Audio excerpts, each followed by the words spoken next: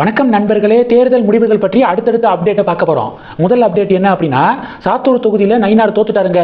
நான் முன்னாடி சொன்னேன்ல, முன்னிலை நிலவரம் மாறி மாறிக்கு இருக்கு, இன்னும் 7 சுற்று வாக்கு எண்ணிக்கை பேலன்ஸ் இருக்கு அப்படின்னு நான் சொன்னேன்ல. ஃபைனல் ரிசல்ட் வந்துருச்சு. நயினார் தோத்துட்டாரு. 27 தொகுதிகளில் போட்டியிட்ட பிஜேபி ஒரே ஒரு தொகுதியில் மட்டும்தான் ஜெயிச்சிருக்காங்க. எண்ணிக்கை முக்கியம் அல்ல, எண்ணம் தான் முக்கியம் அப்படின்னு என்னைக்கு நயினார் பேசினாரோ அப்பவே மனசு விட்டு போயிருச்சு பாஜக தொண்டர்களுக்கு. அண்ணாமலை பிஜேபி மாநில தலைவராக இருந்தப்ப பாஜக தலைமையில் கூட்டணி அமைத்து 2024 தேர்தலில் போட்டியிட்டார்ல. அப்போ தொண்டர்களை எப்படி மோட்டிவேட் பண்ணாரு அப்படின்னு யோசிச்சு பாருங்களேன். 25 எம்பிக்கள் பாஜகல இருந்து போக போறாங்க, டெல்லிக்கு போக போறாங்க அப்படின்னு இப்படி மோட்டிவேட் பண்ணாரு. இப்படி தான் மோட்டிவேட் பண்ணணும். ஜெயிக்கிறோம் தோக்குறோம் அப்படிங்கிறது லாஸ்ட். ஆனால் இப்படி தான் மோட்டிவேஷன் கொடுக்கணும். ஆனால் நயினார் என்ன பண்ணாரு, எண்ணிக்கை முக்கியம் அல்ல, எண்ணம் தான் முக்கியம் அப்படின்னு ஒரு கட்சியுடைய மாநில தலைவர் பேசுறாருன்னா தொண்டர்களுக்கு தேர்தல் வேலை பார்க்கறதுக்கு எப்படி மனசு வரும்? அதனால சட்டுப்புட்டுன்னு தலைவர் பொறுப்புல இருந்து அவரை தூக்கிட்டு மலைய மாநில தலைவர் ஆக்குங்க பாசு அப்படிங்கிறது பாஜகவுடைய ஒவ்வொரு தொண்டர்களுடைய கோரிக்கை. இது ஒன்று. ரெண்டாவது என்ன பார்க்க போறோம்னா, பிஜேபி ஹெட் குவார்டர்ஸ்ல விக்டரி ஸ்பீச் கொடுக்கறதுக்காக மோடி வந்திருந்தாருல. மோடியுடைய காஸ்டியூமை பார்த்தீங்களா? பெங்காலி தோத்தியை வேர் பண்ணியிருந்தாரு. வெஸ்ட் பெங்காலில் 200 தொகுதிகளுக்கு மேலே பிஜேபி ஜெயிச்சிருக்கு. அந்த 200 தொகுதியில் ரொம்ப பிடிச்ச ரிசல்ட் எது தெரியுமா? எனக்கு எல்லாமே பிடிச்சது தான். அதில் ரொம்ப ஃபேவரட்டு நான் சொன்னேன்ல, ஆர்ஜிகர் அரசு மருத்துவமனை கல்லூரியில் பாலியல் வன்கொடுமைக்கு உள்ளாக்கப்பட்டு கொலை செய்யப்பட்ட மருத்துவருடைய தாயாருக்கு பிஜேபி சீட்டு கொடுத்துருந்தாங்க. அவங்க ஜெயிச்சிட்டாங்க 20,000 வாக்குகள் வித்தியாசத்தில் அப்படிங்கிறது தி மோஸ்ட் ஃபேவரட்டு. இன்னொரு தி மோஸ்ட் ஃபேவரட் என்ன தெரியுமா? சந்தேஷ்காலி விக்டிமுக்கும் பிஜேபி இந்த தேர்தலில் போட்டியிட சீட்டு கொடுத்துருந்தாங்க. அவங்களும் போட்டியிட்ட தொகுதியில் ஜெயிச்சிருக்காங்க அப்படிங்கிற அழகான செய்தி கிடைச்சிருக்கு. இது 2. மூணாவது என்ன தெரியுமா? டிஆர்பி ராஜா இருக்காருல்ல, அவர் போட்டியிட்ட தொகுதியில் 1600 வாக்குகள் வித்தியாசத்தில் தோற்றுருக்காரு அப்படிங்கிறத பார்க்குறோம்.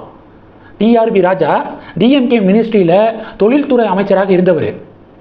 கடந்த 5 வருடம் எவ்வளவு கோடி ரூபாய்க்கு முதலீடு தமிழ்நாட்டுக்கு வந்திருக்கு அப்படின்னு எதிர்க்கட்சிகள் தொடர்ந்து கேள்வி கேட்டாங்க. வெள்ளை அறிக்கையை வெளியிடணும் தொழில்துறை மினிஸ்டர் அப்படின்னு அண்ணாமலை, எடப்பாடி பழனிசாமி எல்லாம் டிமாண்டை முன் வச்ச போது வெற்று A4 சீட்டை காமிச்சு இந்தாங்க இதுதான் வெள்ளை அறிக்கை அப்படின்னு சொல்லிட்டு, பேப்பர் வெள்ளையா இருக்கும்ல, இந்தாங்க வெள்ளை அறிக்கை அப்படின்னு நக்கல் பண்ணாரு. அப்படி நக்கல் பண்ணதுக்கு கிடைத்த பரிசு தான் இன்னைக்கு அப்படின்னு பாஜக காரங்க, டிவிகே காரங்க, அதிமுக காரங்களாம் பதிவுகள் போடுறாங்க. இது ஒரு பெரிய பரபரப்பை ஏற்படுத்தியிருக்கு. அடுத்து பார்த்தீங்கன்னா, மெஜாரிட்டி மார்க்கு 118. டிவிகேவுக்கு மெஜாரிட்டி கிடைக்கல. இருந்தாலும் சிங்கிள் லார்ஜஸ்ட் பார்ட்டி டிவிகே தான். 105க்கும் மேற்பட்ட தொகுதிகளில் லீடிங்கில் இருக்காங்க. இப்போதைய நிலவரப்படி 108 அப்படின்னு நம்பர்ஸ் காட்டுறாங்க. அப்போ பேலன்ஸ் மெஜாரிட்டிக்கு இன்னும் 10 தொகுதிகள், 10 எம்எல்ஏ தேவை. 10 எம்எல்ஏவுடைய சப்போர்ட் இல்லாமலேயே சிங்கிள் லார்ஜஸ்ட் பார்ட்டியாக டிவிக்கே ஆட்சி அமைக்க முடியும். இருந்தாலும் மெஜாரிட்டி மார்க் அப்படிங்கும்போது 10 எம்எல்ஏக்கள் சப்போர்ட் பண்ணுறதுக்கு சான்ஸ் இருக்குது. அந்த 10 எம்எல்ஏக்கள் யாராக இருப்பா? எனக்கு தெரிஞ்சு திமுக கூட்டணியில் இருக்கக்கூடிய கட்சிகள்லாம் திமுகவை விட்டு வெளியேறுவதற்கு ஹை சான்ஸ் இருக்குது. அதில் ஃபஸ்ட்டு ரேஸில் இருக்கிறதே காங்கிரஸாக இருக்கும்னு நினைக்கிறேன். ராகுல் காந்தி விஜய்க்கு உடனே ஃபோன் பண்ணி வாழ்த்து தெரிவிச்சிருக்காரு இந்த வின்னிங்க்கு.